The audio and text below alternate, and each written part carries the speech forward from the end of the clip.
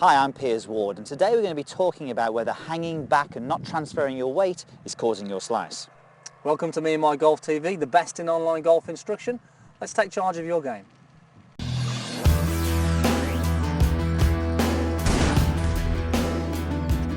Okay, so today we have a website question for you, but before we get into that, we've been having a lot of messages recently, Andy, about asking whether we still coach, and we haven't retired just yet on the coaching front, No. but so we do still coach on a weekly basis, but it is limited the time that we have. But if you are interested in having any coaching with us, we go send us an email, info@meandmygolf.com, and we'll hopefully can get you on the practice tee and get you there in person. It'd be great to see you guys. I've had a few people visit us the last couple of weeks, so it'd be great to see a lot of people, a few more of you guys. A few people travelling as well, which has been great. It's been good to see, so we really appreciate that.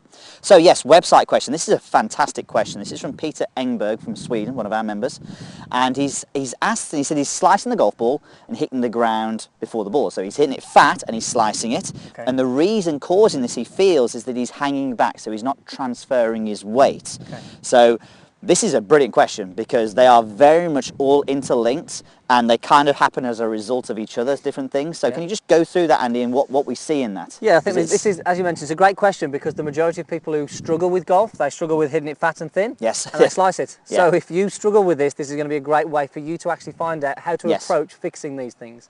So first of all then, he's saying that he's hanging back. So let's just go through what hanging back is. So the top of the golf swing, hanging back is when we do not transfer weight and we hang back on the trail side. So you can see there, I'm sort of way back of my lead side there. I would actually like to see, we would actually like to see that we move towards the left side, and that gets the weight shift into this lead side. That really helps the contact with your irons. Difficult to hit it heavy from there, absolute. It is. So the key thing to understand here is that the reason that he's hanging back is due to the slice, not the other way around. So we always see that the majority of people will hang back to try and compensate or combat hitting that golf ball to the right. Now what he thinks he's doing is he thinks that he's slicing it because of his hang back, it's the wrong way around really. So the number one thing that we need to do first, Pierce, is that understand that the ball's going to the right. Yes. Okay, there is more than likely going to be a face issue. Club face is the problem. Is going to be open. Okay, now if there's a face issue, then generally what do we see? We see there's a plane issue as well. So if there's a face issue, we see that the club generally will swing down over the top of the plane, okay, coupled with the fact that the face is open at impact as well, we'll see the ball slice off to the right. Now, in order to correct that, in order to try and straighten that up, we see then that the majority of people, in an effort to hit the ball straight, will hang back on their right side, maybe use a lot of hands as well, and that causes, or that helps create a straighter shot, but often leads to the ground first or even the thin shots. Definitely. So as you said there, Andy, the hanging back gives you a bit more time to square the face up, because if you can shift your body over here, then you've got more chance of closing the face and squaring it up, and also you've got more chance of swinging the club to the left. So if you can swing the club to the left more, then it's going to help you at least start the ball to the left, and then it allows for the 30 yards of slice. So by actually transferring your weight forward, unfortunately, Peter, that probably isn't going to be enough. So obviously he's asked for a drill to stop the hanging back so he can stop his slice and his fat shots.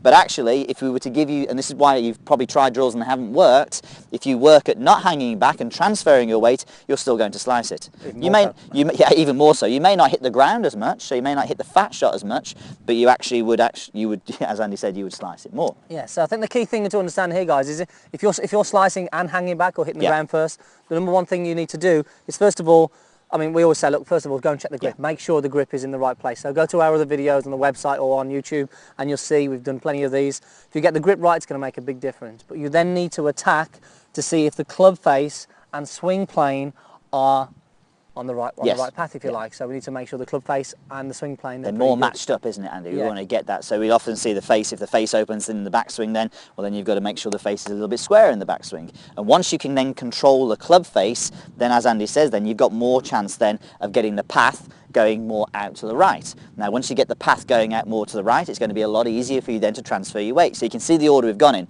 Make sure the grip is good. Make sure your club face is good throughout the backswing and downswing. Then you can attack your path, and then you can attack your hanging back. Yeah, definitely. So I think this is more of a video to educate you in the order that you need to do. And so many times we see people come, they're trying to fix a symptom of a fault. Now what we need to do is attack the fault first. So change the ball flight, we can then fix the symptom, with the symptom in this case being the hanging back. So it's really crucial you understand how to actually change your golf swing. This is what we're doing every day. So if you go ahead and attack the fault, which is the slice, get the plane and the face doing a good job, you can then move on to the hanging back. Definitely, and I think what we've done is with what we've done with the YouTube, we very much wanted to put out there as many tips and videos to help people. But what we've done with the website is we've wanted to give you more of this scenario. So we actually want to get you so you can actually totally understand what the fault is and then the action plan on how to attack that. I always, if I want to change something, I need a route. I need a process to go through that. So if you go to to our game analyzer on the website, what will happen is you'll tell them, the analyzer, that you're slicing it and you're hitting it fat, and then from there it will give you the faults relative, but it will give you them in order. So it will make sure that you work at getting the face squarer, number one, through the accuracy section. Then it will work at getting the path better. Brilliant. And then it will work in the contact section. It'll work at you eliminating the hanging back and getting your body shifting through. So simply by answering 5 questions, you'll probably get a minimum of 3 drills that you can implement in time order, which is then going to help get rid of that slice and do it the correct way. So when you get rid of it, it's gone for good. Because that's what we want to do, isn't it? Don't want to just get rid of it, for the one game. We want to, with the game analyzer, get rid of that slice forever. And so many people, I know we're talking a lot here about it, but so many people sort of say, well, I'm struggling to sort of shift my weight. When I hit a good shot, I'm shifting my weight. Surely that should be relatively easy to do. It just shows that the reason that you're not shifting weight is because you're trying to compensate for something in your golf swing. It's very rare that we see someone who hits the golf ball left who doesn't shift their weight. Definitely. They can work very hard at it. So I think as long as you understand the process, fix the slice, then fix the hanging back, it's going to be so much easier to change from there. If you've got a closed club face, like Andy says, which is the exact opposite of that, you're generally very good at shifting weight and generally don't hit it that fat. Okay guys, a long video there. I hope this makes sense to you. It just gives you an insight on what we do when we see someone and when they're coaching. So Peter, I hope this helps give you a little bit of information on the order in which you need to attack and get rid of the slice and the fat shot. So you need to go through that order. As I said, just recap it, make sure the face is good, then you can work at the path, then you can work at the hanging back. Nice. That was hard work. Okay, thanks for watching the video. Don't forget, go to meandmygolf.com, have a look at it, post your comments down below, see what your thoughts are, any questions at all. Don't forget you can get in touch with us through all these social media platforms. Thanks for watching, see you soon. Cheers.